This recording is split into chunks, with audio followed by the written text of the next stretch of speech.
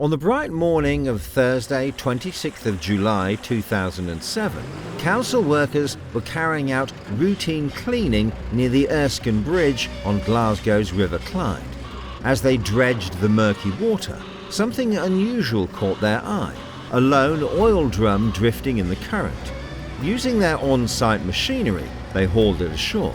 However, what seemed like a routine find quickly turned into a nightmare. When the drum was prized open, the workers would get the shock of their lives. Inside the drum was the decomposing body of a man, clearly the victim of brutal violence. Horrified, the workers alerted police, who swiftly launched an investigation. What no one realized at that moment was that this grisly discovery would mark the beginning of one of Scotland's most chilling and enduring unsolved murder cases. You are watching OCG TV. Before we get started, a quick shout out to this episode's sponsor, Huel. So, bit of life update. I recently became a parent, which is amazing, but also means my spare time has basically vanished. Cooking proper meals, that's become a bit of a luxury, especially at lunchtime. That's where Huel has genuinely been a game changer. Their hot and savoury pots give me up to 25 grams of protein in one go and cost just £3.05 per pot. And to be honest, I used to spend double that trying to hit the same protein target with random snacks or rushed takeaway lunches. Now I just boil the kettle, stir, and I've got a hot, satisfying plant-based meal in 5 minutes. It's also packed with essential vitamins, so I feel good about what I'm eating, even if I'm running on 3 hours of sleep. If you're juggling work, life, and zero free time like I am, give it a go. Use code OCGTV10 at the link below for £10 off your first order, plus a free Huel t-shirt. Stay fueled, stay sane. Let's get into the episode. To understand the events that led to this moment, we must rewind almost 20 years to the criminal milieu within the west of Scotland. The story centres around two individuals, William "Billy" Bates and Derek "Deco" Ferguson. The two men were associates, at least within the unseen underbelly of Glasgow. After some ill-advised decisions are made, a young man accrues a debt to Ferguson and Bates. After some time, the attention from the duo became too much, and he confided in a relative named Thomas Cameron. Cameron wasn't directly involved in the criminal world, but he understood its dangers all too well. Just 18 months earlier, his own son had been murdered at a house party in Glasgow. Determined to prevent another family from experiencing such pain, he stepped in, hoping to defuse the situation before it escalated further. At first, the men appeared to reach an understanding. Cameron was seen as old school and held a certain respect within the community. But when money enters the equation, even long-standing reputations have their limits. It wasn't long before the threats resumed and the situation began to spiral once more.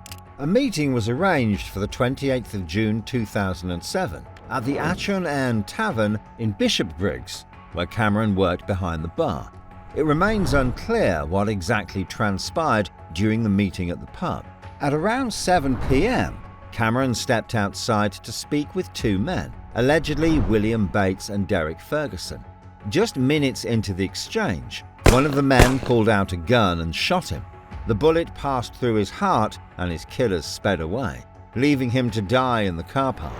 The investigation into Tam Cameron's murder quickly focused on the two prime suspects. What followed was a tale of paranoia, betrayal, and flight. The story has become stuff of legend within Scotland and beyond. Ferguson, already unstable and paranoid, began to spiral as the investigation gathered pace. His heavy drug use only accelerated his mental decline, causing him to suspect that his friend was preparing to make a statement to police. Bates, meanwhile, found himself in over his head. With the shooting having occurred beside a busy road, he feared that witnesses might come forward before he could act, putting both at risk of being implicated. Ferguson's paranoia proved prescient. Unable to handle the mounting pressure, he became convinced that if Bates cooperated with police, he would be next in line for arrest. The tension between the two former allies reached a breaking point.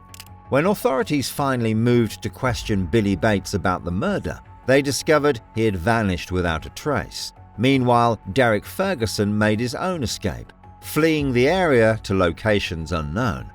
The hunt for Cameron's killers had begun in earnest, but both prime suspects had slipped through the net, leaving investigators to piece together the fragments of a former friendship.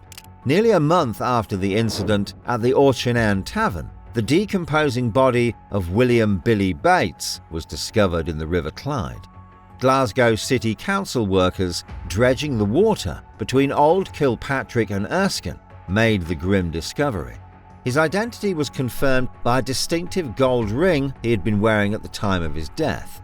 Exactly how soon after Cameron's shooting Bates met a similar fate remains unclear. At the time, it was believed his body may have been in the water for up to 2 weeks before being found, suggesting that if his death was connected to Cameron's, the killer didn't wait long to decide he had to be silenced. Derek Ferguson was nowhere to be seen, and remains at large 18 years later. He was well connected on the criminal circuit and is suspected of moving between Ireland, Spain, and the Netherlands to avoid detection. Over time, Ferguson's face has become a regular fixture in both local and international police appeals, yet his whereabouts remain shrouded in silence.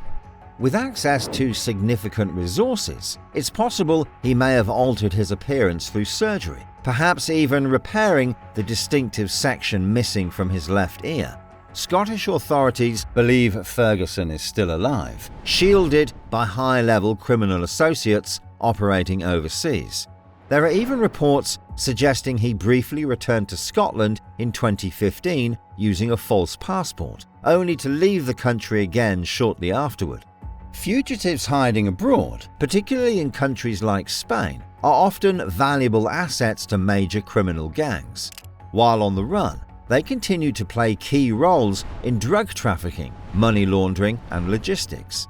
Their knowledge, contacts, and experience make them useful for coordinating operations from afar, often in regions like the Costa del Sol, where a strong criminal infrastructure already exists.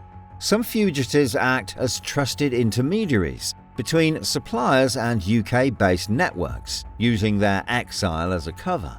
Despite the success in remaining one step ahead of the authorities, it's not out with the realms of possibility that Ferguson will one day be captured.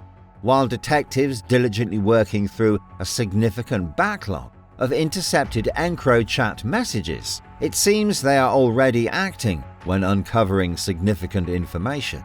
Earlier this month, police descended upon the Soroba quarry on the outskirts of Oban. Information had suggested the weapon used in the murder of Ewan Johnston in 2017 had been hidden in this location. While unsuccessful, the search highlighted the obvious work going on behind the scenes to progress these seemingly cold cases. Similar operations have already dismantled major organized crime networks, leading to high-profile convictions like that of Jamie Stevenson and Dean Ferguson. The search and capture of Dean Ferguson in 2022 was particularly relevant, given that he is the son of Derek and was wanted for the murder of Billy Joe Bates, his second cousin and nephew of William Billy Bates. Derek Ferguson remains one of Scotland's most intriguing outlaws. His alleged crimes serve as a grim reminder of the violent undercurrents in the nation's underworld. As detectives continue to follow leads and crack down on organized crime, there is still hope that justice will be served. Until then, the murders of Tam Cameron and Billy Bates stand as chilling markers of betrayal, silence, and a fugitive still at large.